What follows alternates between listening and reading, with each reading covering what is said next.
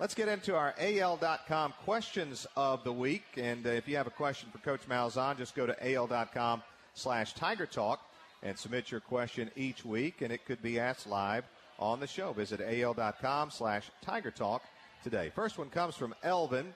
And Coach says, Elvin asked, with Nick being such a talented runner, Jeremy being such an accurate passer, and you, Coach, designing such outstanding plays, can you create a few plays with both quarterbacks in at the same time with direct snaps to either quarterback?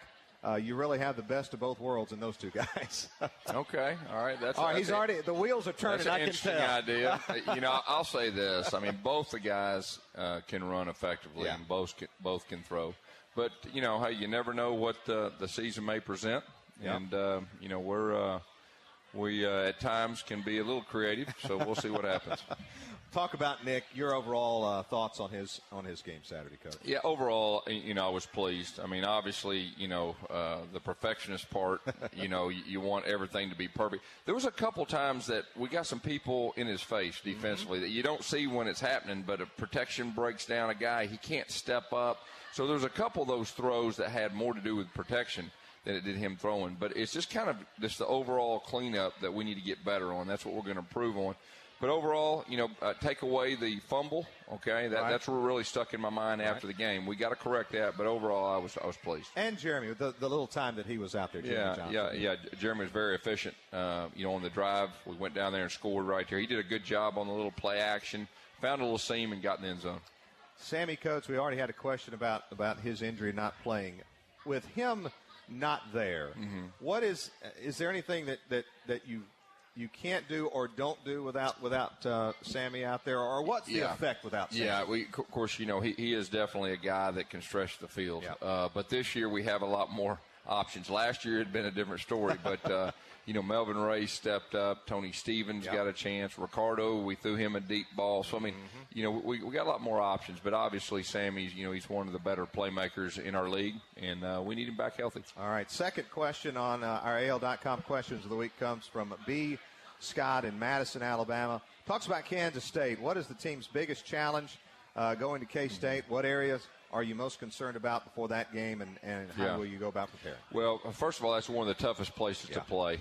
They've got an outstanding coach. He's a legend, and you can just watch them on film, and they're very, very good at what they do. They make you earn it, on offense. And, of course, their offense against our defense, I mean, they present a lot of challenges. They've got a running quarterback. They do a lot of unusual things in the play-action game that makes them unique. And this will be our first road test. So, we're going on the road to a top 20 team. And anytime you go on the road to a top 20 team, you better have your A game. And so, that's our challenge. All right. Let's go back out to the audience now and get our next question. What's your name and question for Coach Malzahn? War Eagle, Coach. War Eagle. First thing I just want to say thank you. Thank you for who you are and what you do and the way you do it. Okay? Thank you. And I have two questions. I was curious on the kickoff. Were we just deliberately kicking short to practice tackling, or was it to win? No, we gave Alex Kaviculis a chance to kick off in the second half. Okay. And, so that was by design, and we didn't get it in the end zone. So, obviously, we're trying to kick it in the end zone. But it was good in the long run that we got a chance to cover some kicks. Right. And, our personnel, we feel better about our personnel this year. We got a lot of guys on there that we feel like can tackle and go make a play. So, from a coach's standpoint, that was good for us to see.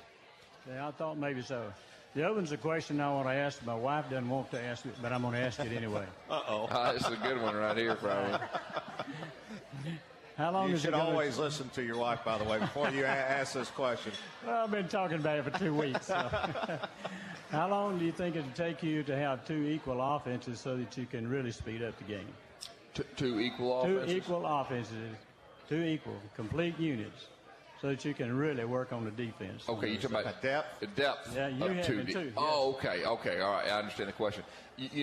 Our goal to go fast all the time is to keep the same 11 guys on the field. And you can use every formation, all that, and that goes with recruiting. We're getting closer, but you'll see from time to time we got to change personnel. Well, anytime you change personnel, the officials wait and let them change personnel. So really I'm hoping in the near future that we will get faster.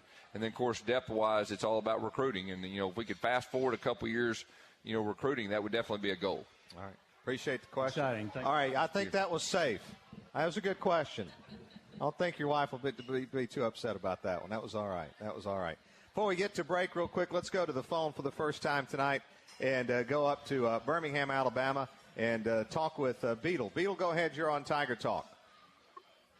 War Eagle, Coach. War Eagle.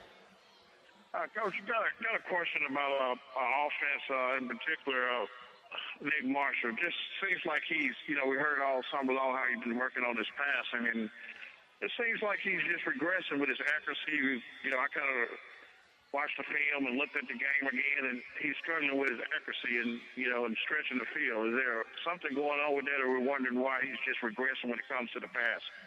No, really, I don't think he's regressed at all. Like I said just a minute ago, there's two times that I know for sure that we'd have completed balls, but we got a little pressure in his face. He couldn't quite step up. One was the one to CJ that we kind of back-shouldered CJ. He made a really good throw considering he couldn't step into it. And then the other one, he scrambled to his right because some protection broke down from the right side right there. And he hit Melvin Ray, and it would have been a tough catch, but it's catchable right there. So, I feel good about where he's at. He'll improve as the year goes on. You got to remember, he only had a quarter. He played the second half, of the Arkansas game, and then the other night. But I'm okay with where he's at. All right, appreciate the question, Beetle.